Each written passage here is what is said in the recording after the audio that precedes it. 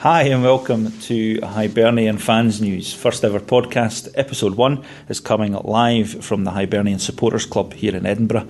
We're just round the corner from Easter Road Stadium and we're going to be live with Ashley Thorne, the director of the new BuyHibs group that's just launched their initiative over the last few days, and Lee McClellan, who is their communications director. I am here, I'm Andy Gillis, one of the founders of the group, and Tracy Smith, admin.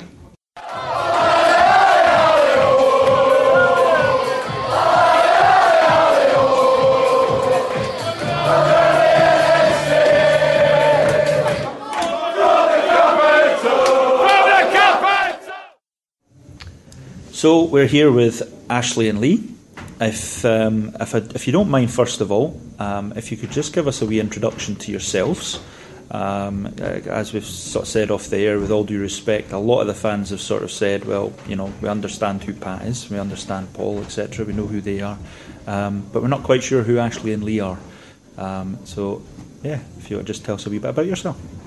Well, my name is Ashley Thorne. I'm a season ticket holder up at the West Upper, and I found myself here after attending a meeting with a lot of the supporters associations and voicing a few opinions and becoming involved and just having the passion to want to get involved with this project. So purely incidentally that I find myself today, but I come from a learning and development and strategic kind of operations background, quite involved with big launches and projects like this. So the way I've come in to get really involved with communications, really involved with the engagement piece with supporters and fans alike, and kind of that's how I'm sitting here today. What about you, Lee?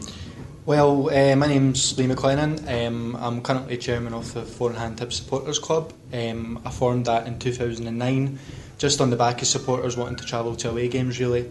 I travel home and away with Hibs, try to watch them everywhere I can. I'm a East Stand season ticket holder. Been part of BuyHibs now for a couple of months. Again, I was involved in the same proposition as Ashley. Went to the same meeting, put my name forward for helping out. Now I'm part of the communications team that deals with the social media, websites and engagement with fans. Excellent. And Ashley, you're director? Yeah, I am, yes. Grand. Okay, so we now know who you guys are. I understand there's 8 or 9 people involved behind in the BuyHibs team. I just wonder if you can give us a quick brief rundown on who they are as well. Yeah, we've got Don, who's a lawyer. We've got Tom again, who's heavily involved with the social media side of it. Neil is very much involved with the financial side of it, sponsorship side of it, who you'll have seen in the media. Andrew's one of the guys who are really heading up our corporate sales, PR and marketing side of it. He's currently in Australia. Then we also have Brian and Dougie, who are both avid Hibs fans, both involved with the supporters clubs as well. And of course we've got Paul and Pat as well. And just, there's no funny business, there's no shenanigans. We're just here together as a collective because there was a time and place where we all said, I'll help, I'll do it, I believe, I want to be a part of this. And that's just how it happens. It's a bit like the Goonies, but instead of it being hunting for treasure, we're really wanting to work together to make BuyHibs a real viable cause. Fantastic. So from a lot of the messages that I've received through the group, probably one of the most common questions that I received, not necessarily in the thread, but through a lot of private messaging and a lot of emails to myself, and from people, you know, out with the group as well, were just saying, you know, I don't understand how this works. I don't get it. They've heard about Hearts, they've heard about their thing. We're not 100% identical to the way that they did theirs. I think we've all kind of understood that. But really, I just hope that you could sort of break it down for us. Layman's terms, just step by step, what happens now? Well, I think what's important to understand is that we've got 3 key objectives that everything that we're doing as an organisation falls under. And that's, first of all, is the team, the players on the pitch. You know, our ambition is to put us, Hibs, back where they should be. So there needs to be resources available for our managers to build a team and to drive team performance.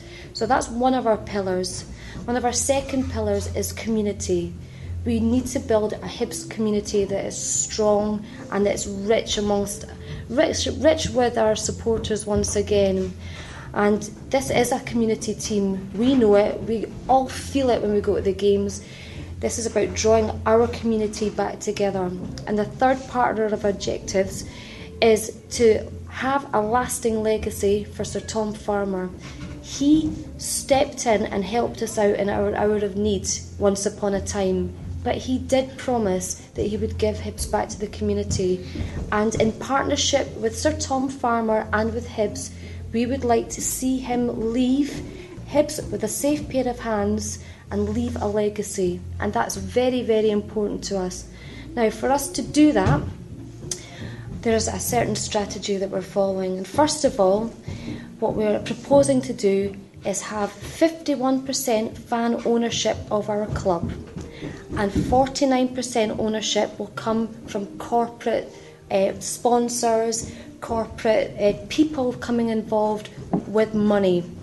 One of which we hope to still be Sir Tom Farmer. We want him to retain a 26% share of that 40... How many? 40? 49. 49. I don't do the sums. So we want him to remain with that percentage of those shares. Now, how are we going to do that? Well, let's talk about this 51% fan ownership first of all. The way we're going to do that is by driving the ownership and that sharehold through pledges, what we call pledges, whereby our supporters will pledge to pay a certain amount of money per month, and that money will buy that 51% share of Hibs. So every single person that pledges will be a shareholder of that 51%. Now, the beauty of that means that we spread ownership throughout so many of our supporters. Then, with those supporters that pledge, they will then become part of the decision making. When you pledge, you will have a vote for all the decisions, the major decisions that happen within the club. Who goes on the board? If we decide on a new manager, these critical decisions that we have not been participants of for years and years and years. And that's what fan ownership looks like. The other side of it, the more corporate side of it, that's where we have bigger business that will come in and get on board. Now again, we don't want one person to have the maximum shares. We want to spread that amongst our investors. So again, good decisions will be made on the balance of the club, not on the balance of one individual. And that's how the model's going to work. Okay.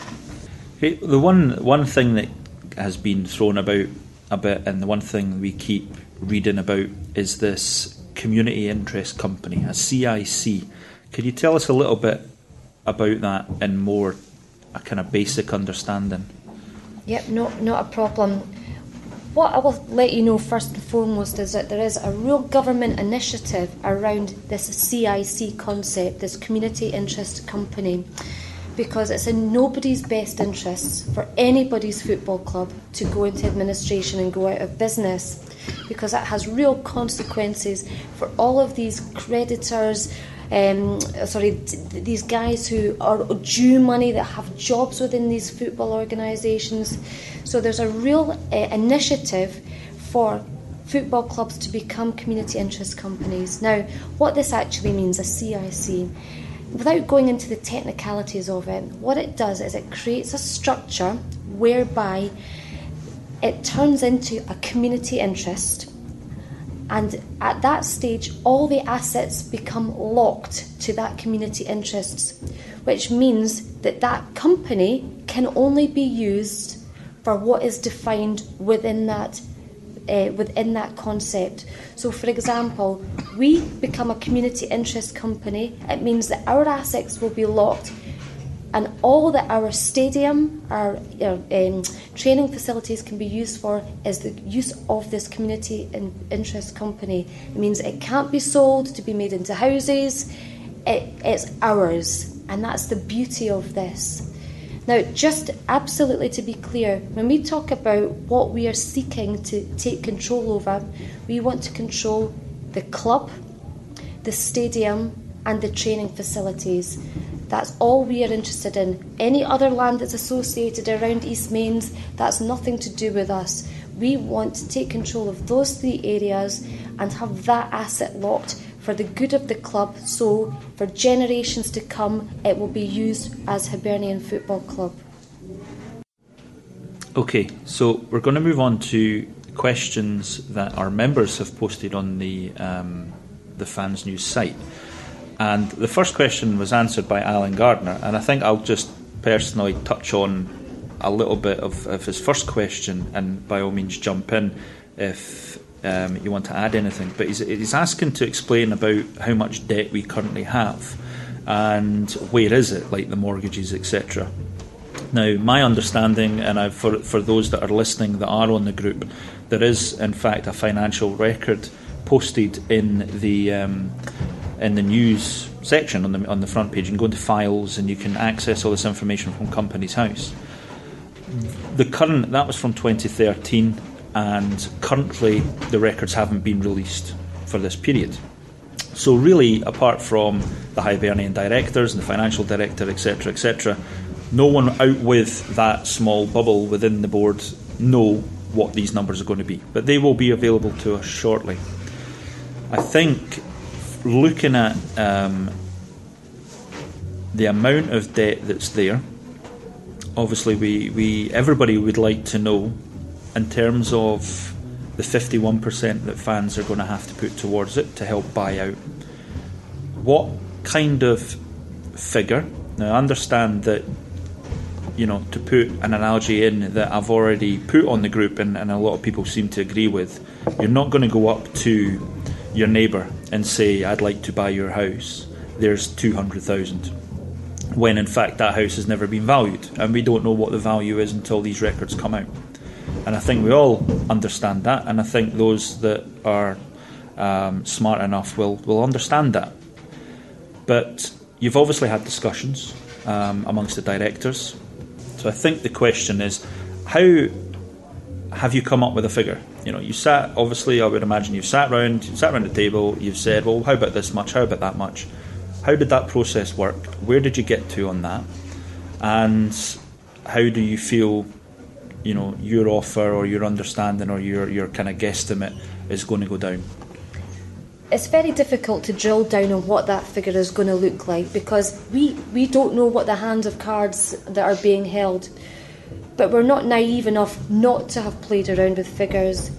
We know that there's been unsuccessful bids, so we've thought about that figure. We've looked at what we suspect the debt is going to look like. So we've got lots and lots of models ready to apply once we understand what Sir Tom Farmer wants for the business. And I think it has to be a little bit of a moving goalpost there as well. But we've gone into this with our eyes open, understanding that we're going to need to negotiate as a business to another business, not taking a punt or just having a guess. So once we understand, because of course we've asked Sir Tom Farmer to tell us what he believes the club is worth, once we know it, then we can apply our model and then we can come to the negotiation table. We have behind the scenes figures, we have the ideology, we have the formulas that we believe we can take to the table that will convince the existing owners that we're a safe pair of hands for our club for the future. Okay, so just on the back of that then, a lot of us fans are saying, well, when we take control of the club and take control of Easter Road Stadium and obviously the training centre out at East Mains, there is still mortgages on there, which guesstimate work, and we can look at the stuff from a couple of years ago from Companies House, etc. There's almost £6-7 million worth of mortgages. How does BuyHibs envision, and how do we deal with that? Yeah.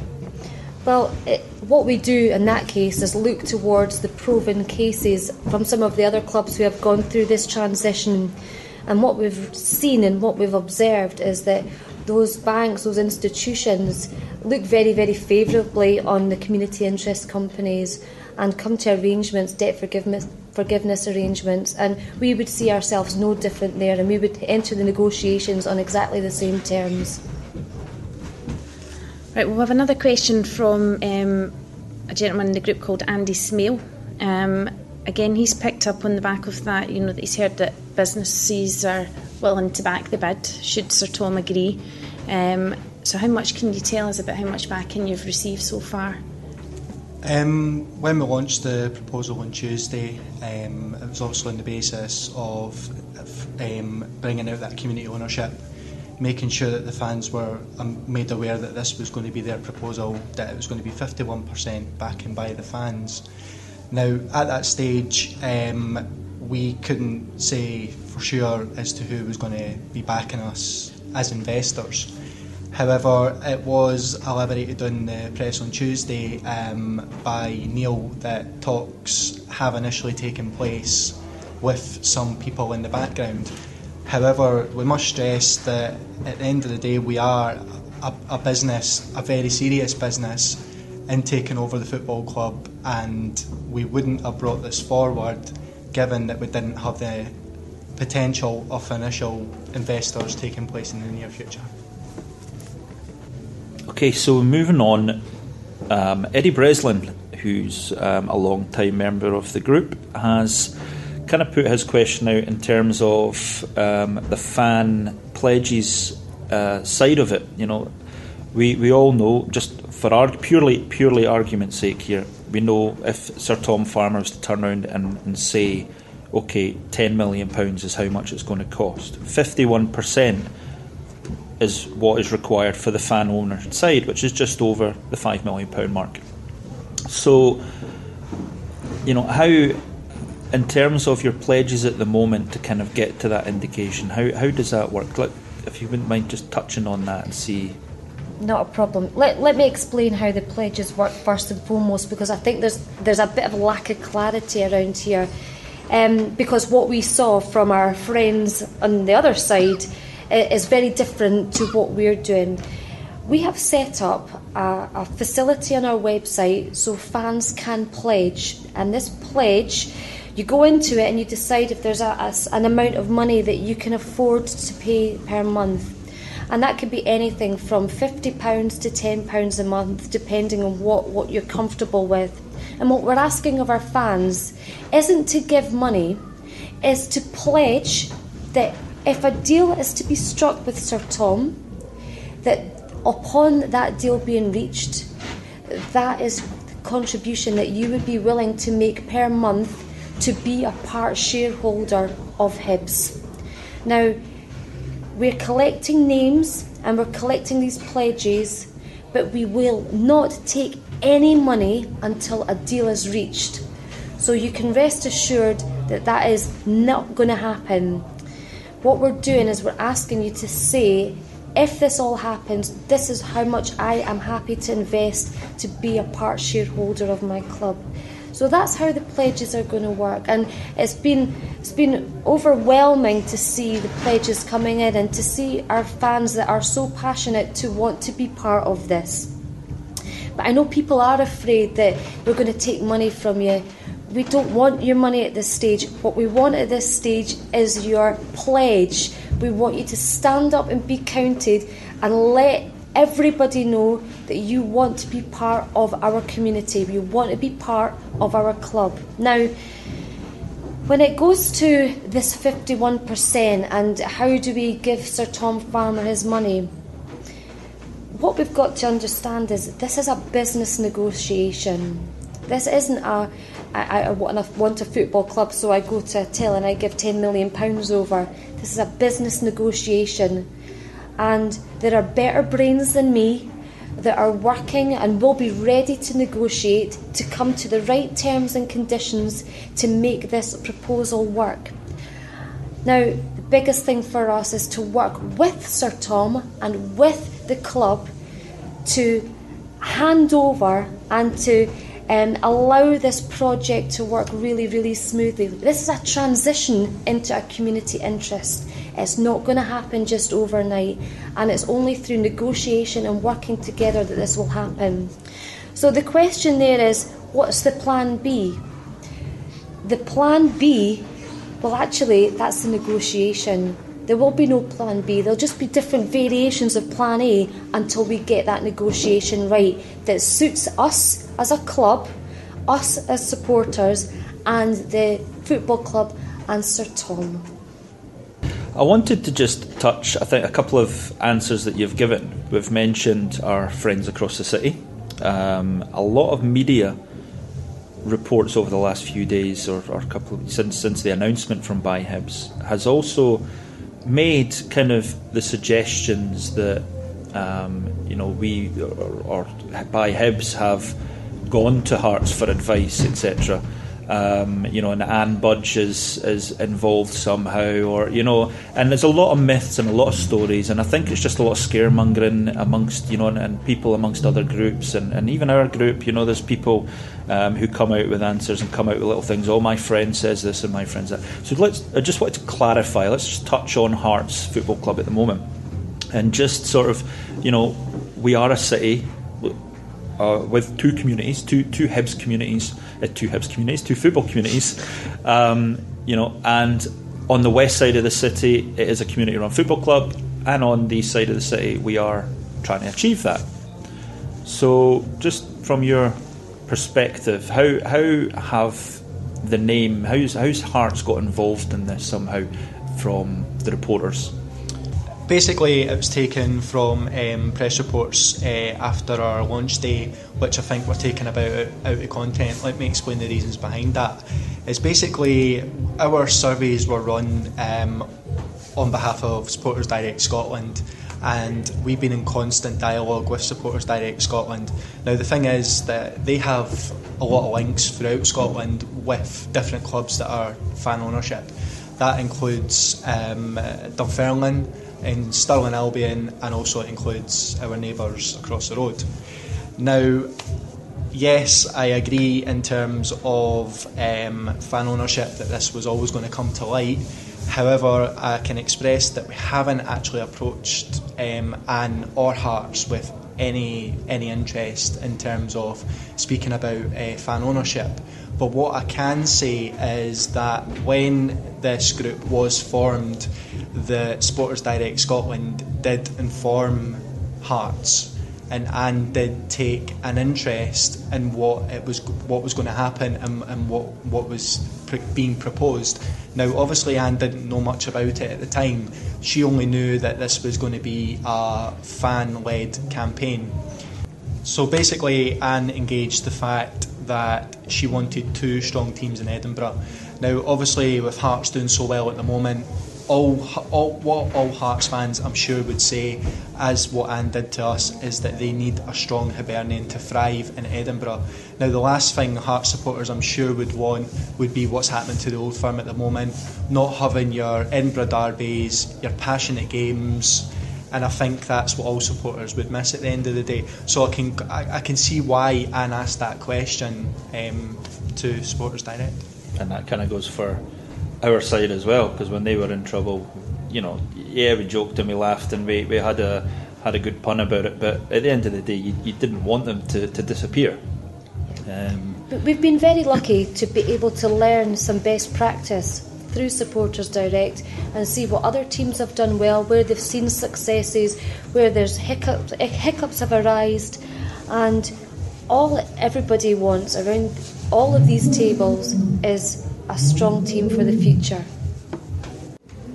One of the obvious questions that keep coming up is what are BuyHibs going to do when they come in with regards to Alan Stubbs and his team, and where do we stand with Alan being there? I mean, everybody obviously agrees. I think we're slowly now starting to see just exactly what he is trying to do or is doing in fact, and we just wanted to touch on him for a moment and find out your thoughts.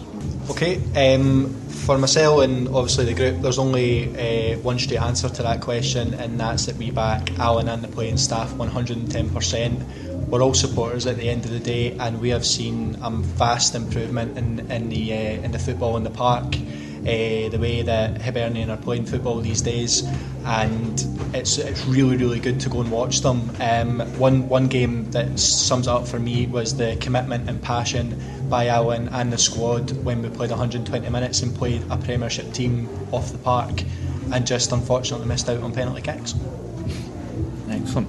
And that obviously includes the youth side and everything that's going on there, and the academy players. Absolutely, they are going to be our future. We have some cracking players coming through. Joe McBride is doing an absolutely fantastic job with under-20s, unbeaten as far as I'm led to believe. So yeah, again, the way forward, and with the fantastic training facility we have, it's the future, and it's 110%. We're behind that as well. Thanks. So we'll move on just quickly from there then. We've covered Alan, we've covered his team, we've covered the staff. I suppose there is that elephant, if you like, that we're talking about the executive board and the non-executive members as well, and what happens with them, what's the sort of scenario. BuyHibs wins their what's the word I'm looking for? Campaign. Wins their campaign. I like it right. Wins their campaign, gets into office, as they say. Where do they stand? Obviously, there's going to be a huge transition, and I think we have not seen enough of Leanne Dempster and George Craig to be able to really understand. So, as far as we're concerned, it's business as usual with those two guys. The transition would absolutely see a change in the rest of the infrastructure. Okay, just to kind of close, I'm going to ask the bigger question. After looking through, I've noticed a few people have touched on it. Scott Daimlow has, Alan Gardner, Scott Strachan, all these members of the group, and it's really this. It's, Hibernian FC Fans News, for example, holds just shy of 4,000 members. I would quite comfortably state, for the record, that probably only 40% of that are actual season ticket holders or attend regularly. And I think Scott Strachan says it quite nicely in his question, that we do have this tag amongst the footballing community that we are this sleeping giant. Hibernian are a massive, massive club, or dare I say it, we were a massive club. How are BuyHibs? What's your strategy to try and bring back the older generation of fan that were used to having all these fantastic teams of 10, 15 years ago, and probably just, have disappeared over the last 5, 6, 7 years?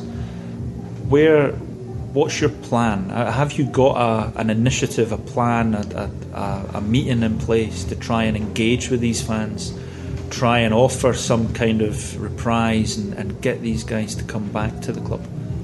I think it's absolutely vital that you understand, or as fans, we understand how important this question is. And if it takes us at BuyHibs going around from branch to branch of supporters, from pub to pub, to collective, we are going to go out there and spread this message about community. And community means accepting success, enjoying success, working together to overcome failures and bad times. And that's where we are as a group and as a collective. Our job now is to go out there and work through social media, work through face-to-face consultations to get our message across. This is the biggest opportunity we now have as fans to come back together as a collective. Now, we've stood there in May together with a collective reason for being there, And that's hard for us to come to terms with being so disappointed. We've got an exciting opportunity to stand together, and there's nothing to be disappointed about. It's more about being proud together, because we're standing up for something that it's going to make a difference. This is our team, this is our club, and if we all stand up together, we can all make a difference.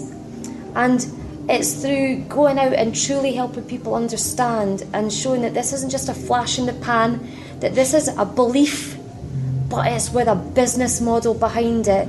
I think that's where we will stop being a sleeping giant and we'll start to be the community club that we used to be.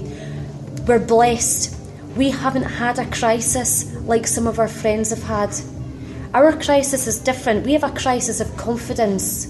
Now, standing up together, believing in a cause, actually talking and sharing and being excited and believing in the potential for the future, that's going to save us from a crisis. And I truly believe that we've got it within all of us to join together again. No negativity. This is about change. This is about doing something positive that will bring our club together for the future, so our grandchildren can go to the game, so their grandchildren can go to the game, because that's what our community football truly represents. Grand.